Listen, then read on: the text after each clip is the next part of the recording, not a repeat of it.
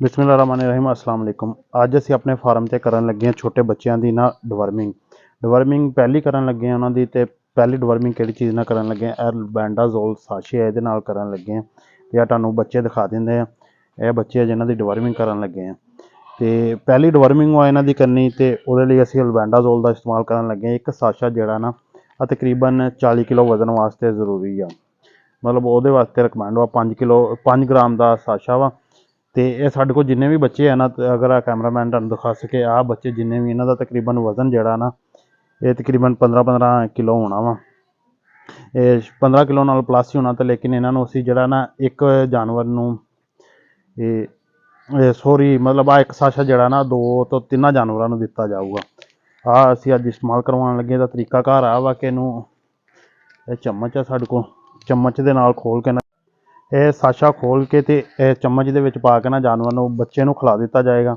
ਇਹ ਵੱਡੇ ਜਾਨਵਰਾਂ 'ਚ ਵੀ ਇਸਤੇਮਾਲ ਹੋ ਸਕਦਾ, ਵੱਡੇ ਬੱਕਰਿਆਂ 'ਚ, ਲੇਕਿਨ ਅਸੀਂ ਬੱਚਿਆਂ ਨੂੰ ਆ ਇਸਤੇਮਾਲ ਕਰਦੇ ਤੇ ਵੱਡੇ ਜਾਨਵਰਾਂ ਨੂੰ ਨਾ ਕੋਈ ਹੋਰ ਅੱਛੀ ਜਿਹੀ ਡਵਰਮਿੰਗ ਜਿਹੜੀ ਇਸਤੇਮਾਲ ਕਰਦੇ ਆ। ਪਹਿਲੀ ਡਵਰਮਿੰਗ ਵਾ, ਇਹਦੇ ਜਿਹੜੇ ਵੀ ਰਿਜ਼ਲਟ ਆਉਣਗੇ ਉਹ ਤੁਹਾਡੇ ਨਾਲ ਸ਼ੇਅਰ ਕਰਾਂਗੇ। ਤੇ ਇਹਦੇ ਵਾਸਤੇ ਅਸੀਂ ਜਿਹੜਾ ਦਿਨ ਦਾ ਟਾਈਮ ਮਖਸੂਸ ਰੱਖਿਆ ਕਿ ਸ਼ਾਮ ਨੂੰ ਨਾ ਸਰਦੀ ਬਹੁਤ ਹੁੰਦੀ ਆ, 2-3 ਦਿਨ ਤੋਂ ਤਕਰੀਬਨ ਪਿਛਲੇ 2 ਹਫ਼ਤੇ ਤੋਂ ਸਰਦੀ ਬਹੁਤ ਜ਼ਿਆਦਾ ਪੈ ਰਹੀ ਆ। ਔਰ ਕੱਲ੍ਹ ਤੋਂ ਨਾ ਕੋਈ ਧੁੱਪ ਨਿਕਲ ਰਹੀ, ਤਾਂ ਅੱਜ ਅਸੀਂ ਪਹਿਲੇ ਦਿਨ ਜਿਹੜਾ ਪਹਿਲਾ ਕੰਮ ਆ ਉਹ ਆਹੀ ਹੈ, ਇਹਨਾਂ ਨੂੰ ਅੱਜ ਇਹਨਾਂ ਡਵਰਮਿੰਗ ਕਰਨ ਲੱਗੇ ਹਾਂ। ਤੇ ਫਿਰ ਤਕਰੀਬਨ 1 ਹਫ਼ਤੇ ਬਾਅਦ ਰਿਪੀਟ ਇਹਨਾਂ ਨੂੰ ਐਵਰਮੈਕਟਨ ਕਰਾਂਗੇ।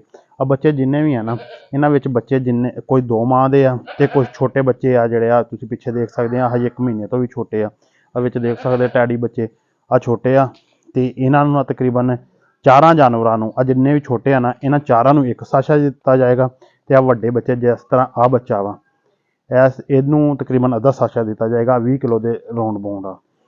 ਤੇ ਇਹ ਸੀ ਸਾਡੀ ਅੱਜ ਦੀ ਛੋਟੀ ਜਿਹੀ ਵੀਡੀਓ। ਤੇ ਸਾਡੇ YouTube ਚੈਨਲ ਨੂੰ, TikTok ਪੇਜ ਨੂੰ ਤੇ Facebook ਨੂੰ ਸਾਰਿਆਂ ਨੂੰ ਸਬਸਕ੍ਰਾਈਬ ਕਰੋ, ਫਾਲੋ ਕਰੋ ਤੇ ਵੀਡੀਓ ਨੂੰ। ਇਹ ਬੱਚਿਆਂ ਦੀ ਡਿਵਰਮਿੰਗ ਹੋ ਗਈ ਹੈ ਤੇ ਹੁਣ ਸਾਡੀ ਕੋਸ਼ਿਸ਼ ਹੈ ਕਿ 2 ਘੰਟੇ ਇਹਨਾਂ ਨੂੰ ਕੋਈ ਚਾਰਾ ਵਗੈਰਾ ਨਾ ਦਈਏ। ਇਹ ਸਾਸ਼ੇ ਦੀ ਕੀਮਤ ਜਿਹੜੀ ਹੈ ਨਾ, ਫੀ ਸਾਸ਼ਾ 100 ਰੁਪਏ ਦਾ ਕਿਸੇ ਵੀ ਵੈਟਰਨਰੀ ਸਟੋਰ ਤੋਂ ਤੁਸੀਂ ਖਰੀਦ ਸਕਦੇ ਆ। ਤੇ ਹੁਣ ਸਾਨੂੰ ਦਿਓ ਇਜਾਜ਼ਤ। ਸਾਡੇ TikTok ਨੂੰ, Facebook ਨੂੰ, ਸਾਰੇ ਜਿਤਨੇ ਨੈਟਵਰਕ 'ਤੇ ਤੁਸੀਂ ਇਹ ਵੀਡੀਓ ਦੇਖ ਰਹੇ ਨਾ, ਜਿੰਨੇ ਵੀ ਚੈਨਲਾਂ 'ਤੇ, ਇਹਨਾਂ ਨੂੰ ਫਾਲੋ ਜ਼ਰੂਰ ਕਰੋ ਤਾਂ ਕਿ ਤੁਹਾਡੀ ਆਉਣ ਵਾਲੀ ਹਰ ਵੀਡੀਓ ਤੁਹਾਨੂੰ ਮਿਲ ਸਕੇ। ਤਾਂ ਅਸੀਂ ਅੱਜ ਦੀ ਸਾਡੀ ਛੋਟੀ ਜਿਹੀ ਵੀਡੀਓ ਤੋਂ ਇਨਸ਼ਾ ਅੱਲਾਹ ਤਾਲਾ ਉਮੀਦ ਆ ਕਿ ਅਸੀਂ ਡੇਲੀ ਤੁਹਾਡੇ ਵਾਸਤੇ ਨਾ ਨਵੀਂ ਇਸ ਤਰ੍ਹਾਂ ਦੀ ਵੀਡੀਓ ਲੈ ਕੇ ਹਾਜ਼ਰ ਹੁੰਦੇ ਰਹਾਂਗੇ।